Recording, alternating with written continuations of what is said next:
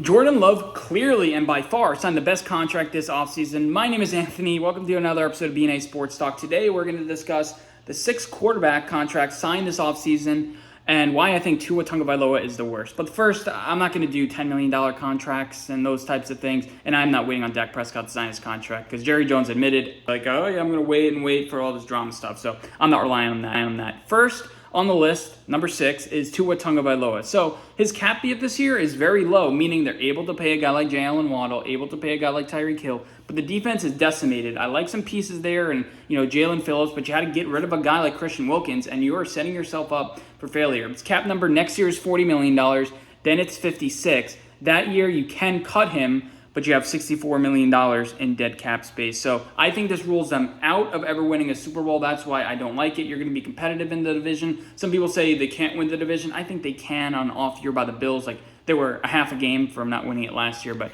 Tua by far the worst contract. Next is Kirk Cousins. This is based on the fact that they partially, at least based on the fact that they got a guy in the first round, Michael Penix. If you reset the quarterback market and didn't want to pay Desmond Ridder, didn't want to do anything with Desmond Ridder, I get it, get cheaper, but you try to do two things at once is what I'm trying to say.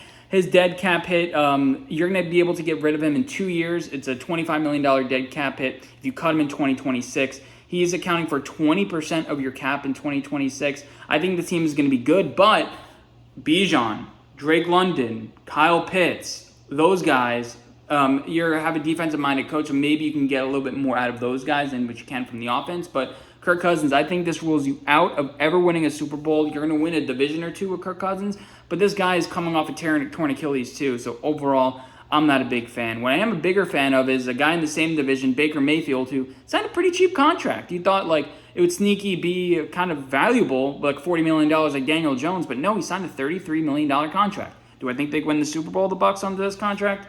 No, I don't, because they've drafted poorly generally over the past couple years. You have your Anton Winfield's of the world, you have Luke Gedekes that are all right, but then you have your Joe Tryon, Sharinkas, and those types of guys, and we'll see what happens with Kalijah Kancey. But I want to talk about Baker Mayfield. He is a good quarterback that can win a couple of playoff games, and that's what they need in the post-Brady era. They're not trying to win a Super Bowl here, but I'm taking a look at this contract. His cap hit maxes out at 16% in 2026. You can cut him for a $17 million dead cap hit, which years ago would have sounded like a lot, but now it's nothing based on everything. And if you use it as a post-June cut, it would basically be nothing. So you're getting 2 years of Baker Mayfield, draft a quarterback. That's why I think this contract is pretty good for them, because they realize this is not the guy, but we're not going to pay him to like the Daniel Jones amount, and especially we're not going to pay him like the Tua amount. Next to Trevor Lawrence, and I don't like this contract. They put a bunch of void years in it, and hopefully I'll show the picture of it, but they basically have it until 2034 or something like that, so they can stash it for later, which is why it's not totally low on the list. I think they can win with Trevor Lawrence.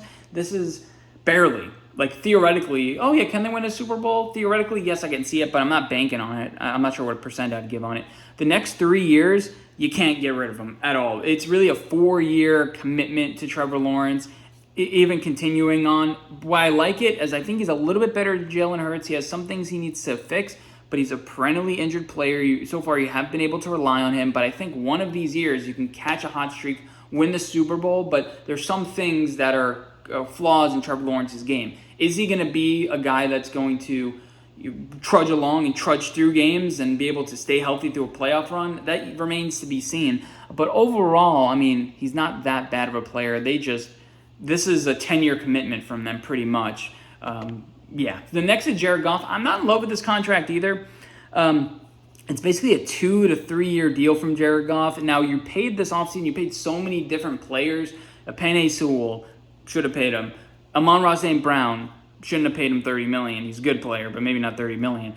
Then their last couple drafts have been good, so you're looking at the Bay State team. This team can win a Super Bowl this year. I don't think the Jags can.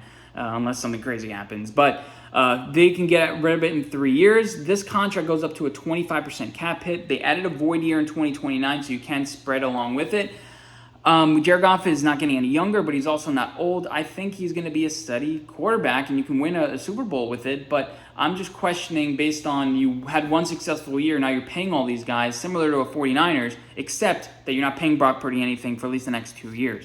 So there's Jared Goff. Jordan Love is the best contract. I said at the beginning of the video, it's very, very finicky here, because he could, I'm not going to say he's going to be a bust and he just ends up sucking, but what they did with this contract, they extended it out to 2030 with a bunch of void years. They're having for at least the next 3, probably 4 years under this contract, but he's a growing player. Probably wouldn't pay him $55 million a year, but this contract, the highest cap hit he's going to be over the next couple years is going to be a 14, I'm seeing 14, 13% cap hit. So you're playing the long game with Jordan Love. We'll see how he stays up. We'll see how he deals with the cold, the injuries, all those certain things.